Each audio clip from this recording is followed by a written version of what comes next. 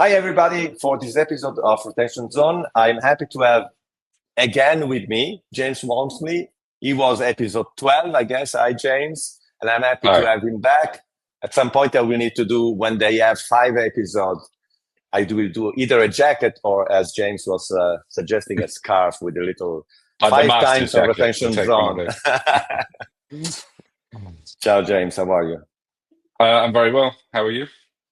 I'm good. Maybe for the one that have not seen episode 12, which is a very bad thing to miss. Who are you and where are you? Which is also interesting. So obviously James here in sunny Qatar. I work at TOD, which is part of the B in Media Group. So obviously a big media, global media conglomerate based from Qatar. Like you said, we spoke a year ago. I've been here now 3 years.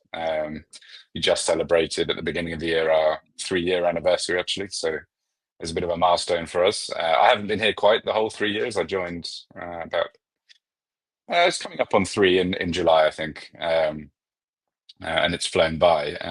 Obviously, we talked a bit about probably a year ago. We were starting a bit of a transformation, and now we're just on the other side. So yeah, happy to catch up on what that means. Yeah, because obviously the question is what new for TOD, and also what new in the world of subscription payments, retention, etc. But I know you have done a lot in this year, Yes. and you're preparing to do even more in the next one. Yeah, so I mean, when we spoke, we were coming up on one of our busiest years. I think we probably just come through AFC and AFCON, which are big regional properties here, very, very important. And indeed, one of them was hosted in Qatar. So that was the first big post-World Cup event that we had. So I think we'd just been through that, but we were facing down the Euros, the Olympics. I mean, last year was for sport, non-stop, I should say. We also acquired our first exclusive property for TOD, which was a nice rugby deal. That's my sport of choice, so it's nice to get that. So we picked up the Autumn Nations, running into 6 Nations earlier this year, and we'll be back through British Irish Lions and Autumn Nations again. So a huge year on the content front, and obviously the commercial implications of that. But we're also in parallel, I think, just embarking on what we called TOD 2.0, which was a bit of a cursed name because now everyone's confusing the project from the product. But it was effectively building the long-term sort of future of our technology platform, which is ultimately what I'm responsible for, the product, technology, and analytics here. And actually, that just concluded about a month ago, so just over a month ago. So you relaunched the platform also for not only internally, it's also for fans. It's a different experience. Yes, absolutely. It's a complete rebuild bottom up. Now, the end launch was a month ago. There have been a number of steps in that. Probably a year ago, so it's been really a 2-year project. So probably a year ago, we had just completed what was really the first piece of that, which was a migration into Cleeng for payments, subscription management, and customer support. So that was kind of the first big migration within our customer base. We followed that probably slightly after our call last year with a move of our video infrastructure. So we housed, for historical reasons, all our encoding and origins in Western Europe, in France.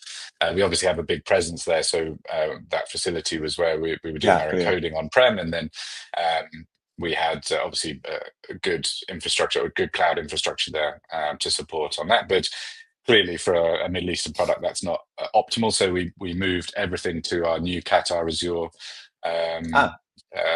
locations, which have launched within the past few years. We have both Google Cloud and Azure now in the country.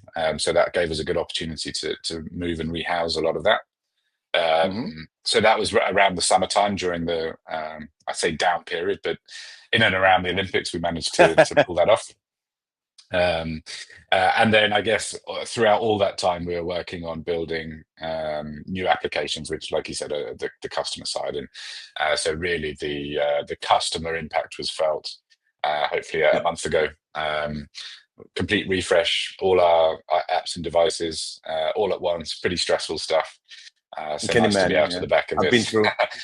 Yeah, these things. I mean, it's and you brought a lot of and you brought a lot of development in-house or partially in-house? Because I'm always fascinated in clients moving, what's the rationale behind? We're in a kind of hybrid-y approach. So actually, for those familiar with BMG or not, one of the members of the group is Digiturk, so a big broadcaster in Turkey. They already do and support a number of other OTT services within the group. We have quite a few. And so we have run our development there. We built a mixture of permanent and contract support staff to run our development. That was the obvious place for us to do that. And building a kind of center of excellence within there is strategically important for our group. We also moved our operations there because all our live operations, our video operations, what is named the reliability team, so monitoring and so on, centrally. So yeah, that was the first big part. Obviously, we still partnered with many key partners. We have, I think it's all public. We have Harmonic here, so they're supporting us on our video and Origin packaging here. Diagonal running all our new content management system and a lot of our workflows, video workflows. We have. There's a long list, I suppose, of third parties. I don't need the full list, but it's more. And do you think in this way you have more control on the user experience as you learn from the analytics, etc.? Is that one of the rationale behind it? So I think ultimately we want to do something a bit unique. There's a lot of great products out there. There's a lot of good service providers supporting them. But we kind of stand out a little bit these days in the breadth of content that we carry in the sports side. We're not focused on any one sports. We have pretty much every major football league, every major tennis league, every major paddle. I mean, even the long tail of sports is incredibly broad. So we just felt that we could try and build something a bit unique. And obviously with that, we wanted to build in the flexibility because we're having a lot of challenges in marketing and monetizing in different regions. MENA, I mean, there are some similar markets, maybe Asia you could look to, and very diverse markets, but it's not as simple as credit card subscription. It's a whole variety of integrations, partner-driven integrations, operator pushed plans. In the future, obviously, advertising will come in, but many different payment methods, many different sort of forms of acquisition. So we wanted to really get a hold of that and be able to do something a bit special. It certainly comes with a bit of stress. Like it's a bit like we were talking the other day. It's a bit like, and I've been through a few of these. I'm sure you have in the past. But you still look in your 30s, so it's fine. I mean, not quite. I'm 40 now. So you see, that's a good sign. But it's a bit like moving from I suppose, a career job where you have a career, you go and you do good work and so on, to being a bit more of a entrepreneur, right? As a business. Thank you for mentioning as you've been through. So obviously it's a lot more stressful sometimes. There's sleepless nights certainly, but it's a bit more rewarding to now have sort of control of your destiny and be responsible for that. And one of my, if you want, obsession as the OTT market developer, I'm talking maybe 10 years ago, was kind of recognizing as the, if you want, the Netflix paradigm of UX was basically embraced by everybody. I always had this, especially with the Olympics, and I don't know, that's why I'm asking you. Going through the Olympics, you understand that the Olympics are so special, difficult, unique. How can you serve, even if you try to personalize everybody, because so much stuff is happening. And if you manage multiple sports, so much stuff is happening. So I always felt a bit constrained by the standard OTT, which everybody's familiar with. So, good and bad. No, should you build an experience that is specific to sport, but possibly don't disrupt it completely so users don't know where to go? Was this kind of, that has been an obsession for me for the last 10 years, I think.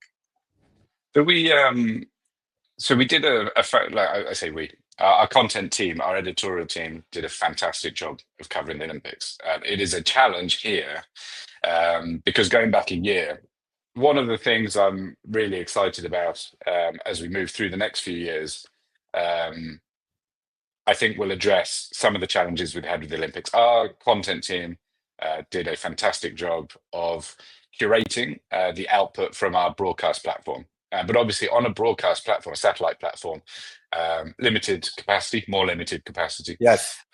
So they're constantly chopping and changing between events and so on. So to try and extract that and put it into a OTT format where we do not carry live channels really anymore, we're more event-based, was a huge editorial challenge. It also involved rebroadcasting in the background certain programs so that we could record them, put them on the platform. A whole load of stuff, and I know that they're keen not to go through that again. Now that we have control of our video stack and we have access to a lot more of the technologies that we wanted to as part of that sort of transformation, I think we have an opportunity to make that a lot easier on the editors and also a lot nicer for the customers. The competitions, if we take the Olympics as an example, are now available entirely via IP. So actually, rather than having to rely on a schedule from a broadcaster, which is constantly changing and adapting, we can almost get months in advance a fixed schedule, every event, every timestamp, the IP delivery. We can pre-configure all of this to capture and record across about 80 different sources, I think. So actually, we can do a lot of that heavy lifting up front. We'll almost know, as long as the OBS and the Olympics team stick to their schedule, which they do. They're very professional in that regard. We can almost know that we're getting that event on that source at that time. We can do all that editorial work months in advance, and then during the event, we can focus a lot more on how we curate that rather than fighting fires constantly. So. We did a good job. We managed to get every single medal published in near real time, and there were some that we had to go back, like I said, and re-record and so on. But we had really good feedback on how we did it. I think the focus next time is on taking the burden out of the sort of real-time nature of it, getting that all done up front, and focusing then in real time more on the curating as things come up, because we obviously had to stick to quite a linear editorial sort of program within the applications, just because we had no time to really focus on that. When something cool's happening in shooting, or we have a regional talent, we didn't really have time to put spotlights on those as we would have. So I think with all competitions, but Olympics especially being very complicated, I think this will be how we try and approach it in future. While also then using the shows and content from our broadcast when we can. And in terms of the subscription side, retention, lesson learned, how you use data, how you use to market these territories, and anything to do with AI. We didn't mention AI for 15 minutes. Amazing. So I would say at the moment we don't have anything AI right now in active use. Obviously, a lot of experimentation going on. One of the big things, actually, Olympics was one of the trials of it. So our portfolio, again, we're looking for more of a history of how the service has grown, is very product based. So we have all our content, and then you take either, for instance, a mobile only package, an HD package, and a 4K package at various costs.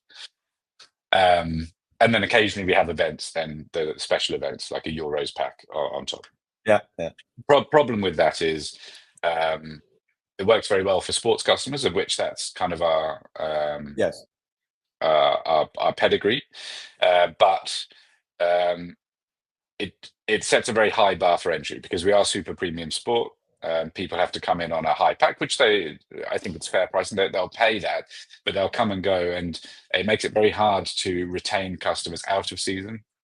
And it makes it very hard to acquire customers who maybe just want to watch certain sports, or maybe just entertainment content. We've grown our entertainment library partnerships with Paramount. Even our own studios are outputting some great content. So, but it sets a very high bar compared to other entertainment propositions. So one of the things we're definitely looking at is how we maybe move to a more content driven, which will allow us to charge what we require during a sports season, but maybe retain customers through an off season. There's sometimes not much off season here, but for people only interested in the football leagues, clearly retaining them on a $20, $30, $40 subscription through an off season is not possible. Whereas people will forget a $5 subscription for a few months in between season. I mean, that's the nature of it. So we're definitely re-looking at that. We did trial this. So coming out of the Olympics, we offered a very low cost Olympics pack separately. Typically the Olympics is bundled with beIN subscription. So actually this was the first time we charged extra for content that beIN was not charging for as part of its core, but it allowed us to target users who were not subscribers and were just interested in the Olympics. It did very well, much better than we expected. There was a lot of demand. I mean, the Olympics is a universally popular yes, sport. absolutely. And we also managed to, because it came in at a low cost, we couldn't bundle more sports in with it, but it did allow us to bundle our entertainment content. And we actually saw a huge amount of people retained interest in our entertainment library after the Olympics for an extended period of time. So it kind of proves the model that we do have a great entertainment. It's not worth $40 a month for a subscription.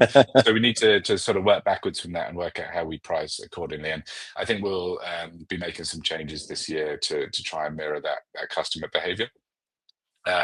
We're also very keen on creating longer term relationships with customers.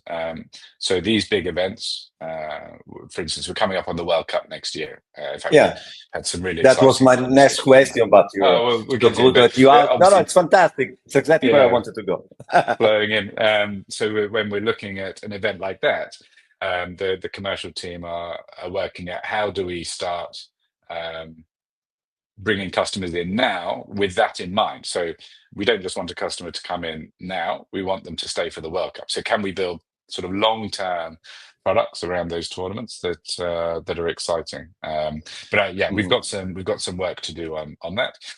In the background, I mean, you mentioned AI and retention. I mean, we are working quite heavily on how we, with those new kind of cohorts that we're designing, how we would then roll that in. But clearly you have to sort your proposition first, work out what you're retaining people onto, and then we can work through it. So I think we'll probably maybe a little we're going to go back through the cycle of working out our customer life cycle this year. One of the things that I so because of what you're telling me, but I think it's quite it's quite advanced in the way you do it, I think, but it's also quite common that you use data analytics insights, especially to define a bit the strategy, to measure, what you have changed, but also then those are the thing you use to take action and, implement a new. So I think especially after like where you are now 2 or 3 years into a product role, it's where to me, it's nice to launch new things, but when you start really seeing the effect of what you have changed and you can adapt, it seems on one end, the less interesting part for me, it's where I don't know, it's always my sweet spot. I build something, I launch it, people are really using it, and I can improve obviously our business, but first I improve the fans, the audience usage and enjoyment of what we do. That's my sweet spot. Sorry, personal note. I started, and all my first maybe the 2-3 jobs at Sky and BT was sort of the first 2 years of launch. It was launch plus a year, maybe max, and then I moved on, and that was fine. It really excited me. I like going through those stages and so on. More recently, seeing a product evolve in the real world is equally as exciting in a different way. I never thought I'd enjoy it, honestly. When I got to my first job, where I kind of got off the first phase, there was a bit of a mental transition to maybe not having a sort of long-term goal that you're running to hit, rather sort of looking sort of month by month and so on. So yeah, it's just as exciting in a different way. I think the tools are there now, and the expertise and the I guess best practices there now to support it. So it's quite interesting either talking to people who are going through that, have been through it, and are quite inspiring, and then also trying to find our own touch on how we do that. But it's also, I think, this ecosystem is changing so rapidly every moment that it's difficult to get in a place where you get bored normally. But again, maybe those places exist still, but I'm not sure. I'm not sure. No, definitely never boring. Va bene. So we need to do a third episode after the World Cup, I guess. After the World Cup. Well, yeah, this is the big one, right? And I am really excited. I mean, I guess it's kind of, it's a nice. I joined in the run up to the World Cup here in Qatar. Super exciting. Yes. Obviously, very big pressure on us to deliver locally, and but for any OTT or any broadcaster was obviously a big time. I think there was so much in that tournament where we just couldn't do what we wanted to do. It was too early. We hadn't been launched that long. We were still doing the basics. So to be able to sit, having gone through the big migration now, to have 12 full months to work with the team and work with FIFA to look at what's coming. We had the workshops in Texas just a few weeks ago where they brought the broadcast plan. We saw what they're intending to do, and now to actually be able to consider doing it rather than seeing these long lists of great stuff, but just knowing that we're not in a position to capitalize on it. So there's some really exciting things. I don't know how much of that is publicly disclosed yet, but I think just having the opportunity to sit, look, budget and plan, it'll be nice in a year's time, hopefully, to sit and see a World Cup experience that we wanted to deliver all along. So. Va bene. And hopefully you will retain more customer with some smart retention strategies. The team have been fantastic. So I've no doubt we're going through big growth. Va bene. So I'm speaking Italian sometimes. I never do. Weird. Thank you for recording this, and enjoy the rest of the day and the rest of the year and of the season. Anytime. Yeah, well, hopefully see you soon. If not, IBC, not too far off. IBC for sure. IBC for sure. Grazie, James. See you then, Carlo. Appreciate it. Ciao.